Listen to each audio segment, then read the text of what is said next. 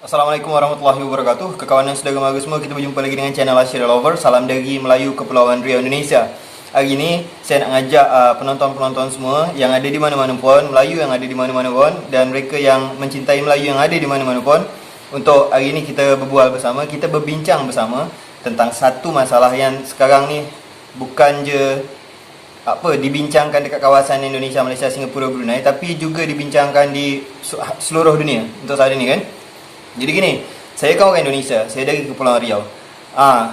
Yang saya tahu, azas kami di sini dekat Indonesia ni untuk membela negara-negara yang terjajah, itu kita berpegang pada pembukaan Undang-Undang Dasar 1945.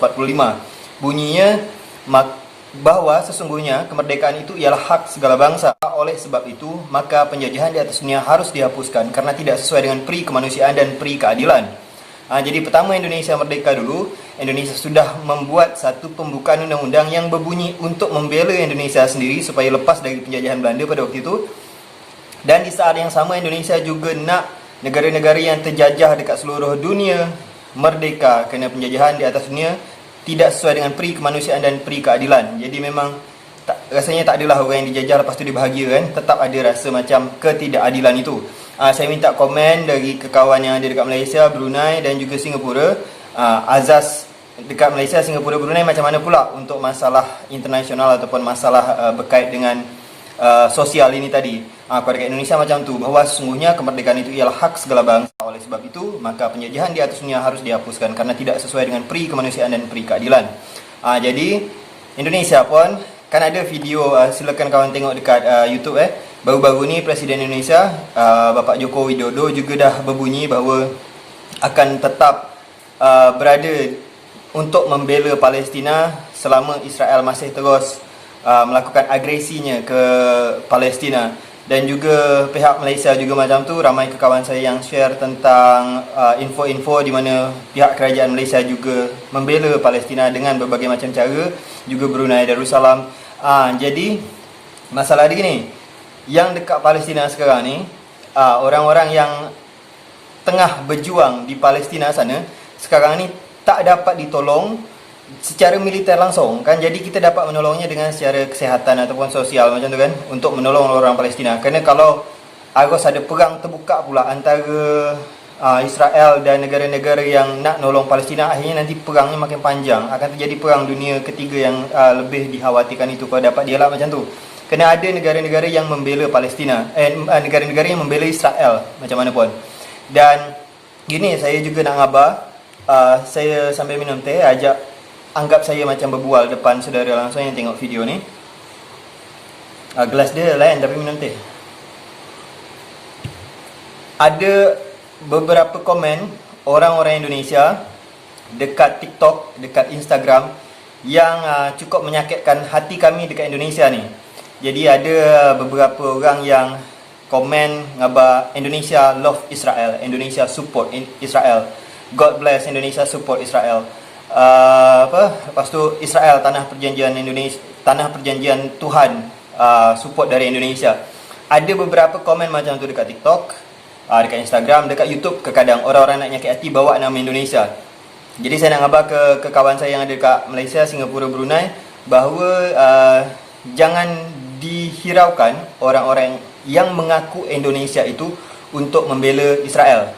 Gini mereka yang dekat dalam Indonesia ni, ada pihak-pihak yang membela Israel tu sebenarnya bukan kerana dia cinta kepada Israel, tapi dia membela Israel itu kerana dia benci kepada Islam. Harap kawan dari Malaysia faham je. Dan jangan kerana ramai orang-orang Indonesia ni yang tetap membela Palestina. Dia tu Islam atau bukan Islam, tapi dia akan tetap membela Palestina. Tetapi ada orang-orang dengki yang sengaja komen seakan-akan Indonesia ni support Israel, padahal tak ada. Jadi Indonesia ni dari pemimpinnya sampai bawa kepada rakyatnya, ramainya tetaplah membela ataupun berpihak kepada Palestina. Cuma langkah selanjutnya macam mana dari pemerintah ke pemerintah yang lain, itu akan diperjuangkan oleh pemimpin-pemimpin negara kita juga kan. Jadi dengan macam ni, tapi kita tahu pula, kita jadi tahu bahawa apabila ada bertekak antara Indonesia dengan Malaysia, yang mancing-mancing supaya Indonesia bermusuh dengan Malaysia, bertekak, bersumpah serapah tu, Kadang bukan orang Indonesia yang cinta dengan Indonesia, tapi orang Indonesia yang anti kepada Islam, dan dia tu macam dia benci dengan negaranya sendiri, dia benci kepada Indonesia, dan terlebih lagi dia benci apabila tengok orang-orang Islam bersahabat. Dia benci dengan orang Islam dekat Indonesia, dekat Malaysia bersahabat. Lepas tu dia benci apabila sekarang negara-negara Islam termasuk Indonesia, Malaysia, Brunei sama-sama untuk membela Palestina dan berharap Israel dapat dikalahkan.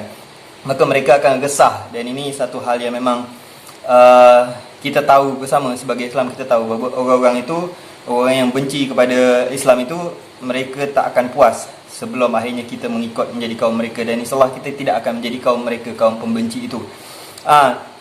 Kalaupun kita nak bercakap dengan tentang Israel Palestina ni, nak masalah agama ke, nak masalah kemanusiaan ke, nak masalah sosial ke, nak masalah apa pun, sekarang ni yang jadi korban adalah Palestina, kan? Kita tahu bersama tanah yang dijanjikan oleh Allah kepada Nabi Musa untuk bangsa Israel itu dahulu, waktu Nabi Musa AS membebaskan diri dari Mesir ke Laut Merah, lepas tu jejak ke semenanjung Sinai itu, tanah itu diambil ataupun diduduki dengan cara yang damai, kerana hijrah dari Mesir, hijrah ke Sinai. Lepas tu beratus tahun, beribu tahun selepas itu, berbagai macam hal terjadi, dan tanah itu menjadi satu tanah yang damai apabila Salahuddin Al-Ayyubi dapat merebut tanah itu. Dan Salahuddin Al-Ayyubi menjamin pada zaman dia dan pada zaman selepas dia nanti, maka Islam akan menjamin orang-orang dari agama apapun, terutama Yahudi ataupun Kristian, untuk masuk ke Yerusalem dengan damai, tak akan dikacau. Dan Alhamdulillah itu terjadi. Tapi pada satu hari di tahun 1945 bawa ke 1948, tiba-tiba Israel nak mengambil semula tanah itu dengan satu alasan. Dulu Nabi Musa nak beri tanah itu kepada mereka, tapi mereka yang datang di tahun 45 ke tahun 48 tu adalah mereka yang mengusir pihak Palestina, mengusir orang-orang Palestina dari rumah-rumah itu, diusir. Lepas tu yang tak nak dibunuh, lepas tu ditembak dia disiksa apa semua untuk keluar dari tanah Palestina tu, dan mengatakan inilah tanah yang dijanjikan Allah melalui Nabi Musa untuk kami, dengan cara yang jahat itu.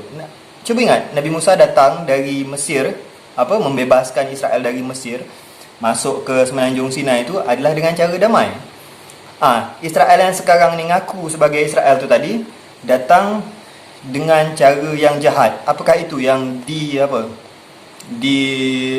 diberikan oleh Allah? Apakah itu yang Nabi Musa AS nak? Kan tak.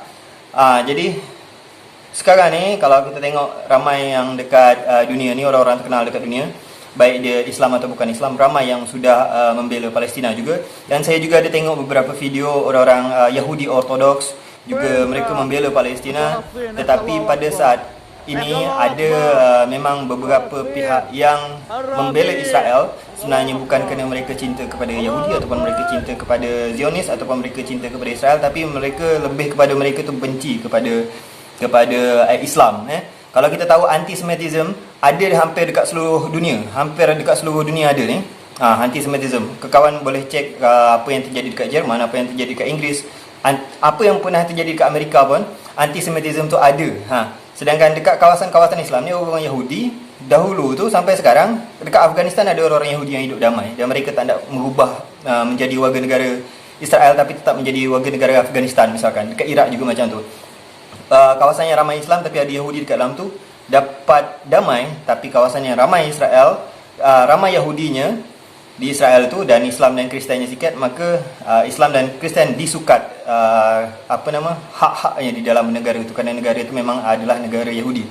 Dan untuk seterusnya, Indonesia, Malaysia, Brunei, tentunya bersama dengan Turki dan beberapa negara Islam lain, kita berusaha untuk minta keadilan ini ke Persatuan Bangsa-Bangsa ataupun United Nations, supaya tanah Palestina dapat seadil-adilnya. Macam mana? Contoh dah ada. Contoh pada zaman Salahuddin Al-Ayyubi itu dah ada.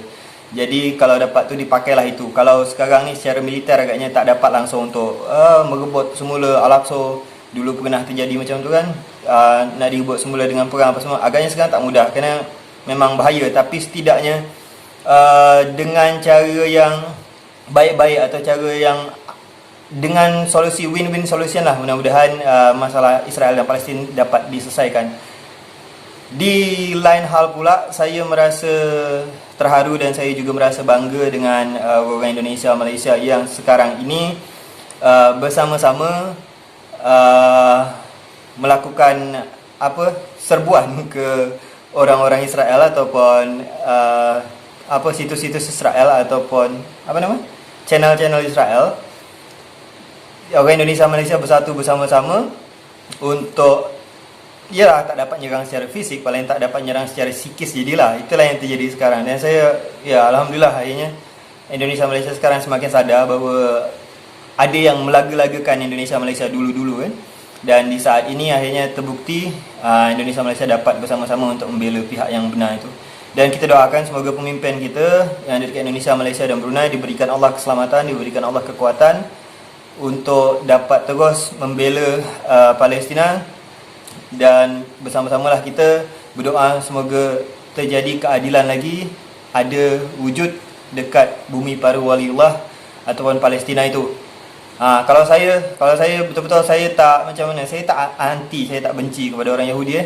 Saya kecewa, sakit hati, saya benci kepada Zionis, ideologi dia tu yang menipu-nipu orang Yahudi untuk seakan-akan membuat orang-orang Yahudi ni menjadi jahat, sama macam Nazi pada zaman Jerman dulu. Sebenarnya kalau orang Jerman ni sebenarnya biasalah, nama manusia tu kan ada baik ada jahat.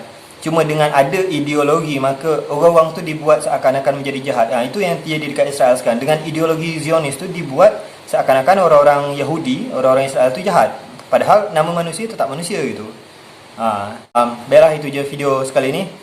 Saya nak merampai je sebenarnya. Jadi tak ada kawan langsung nak merampai. Hari ni tengah hari saya buat video ni.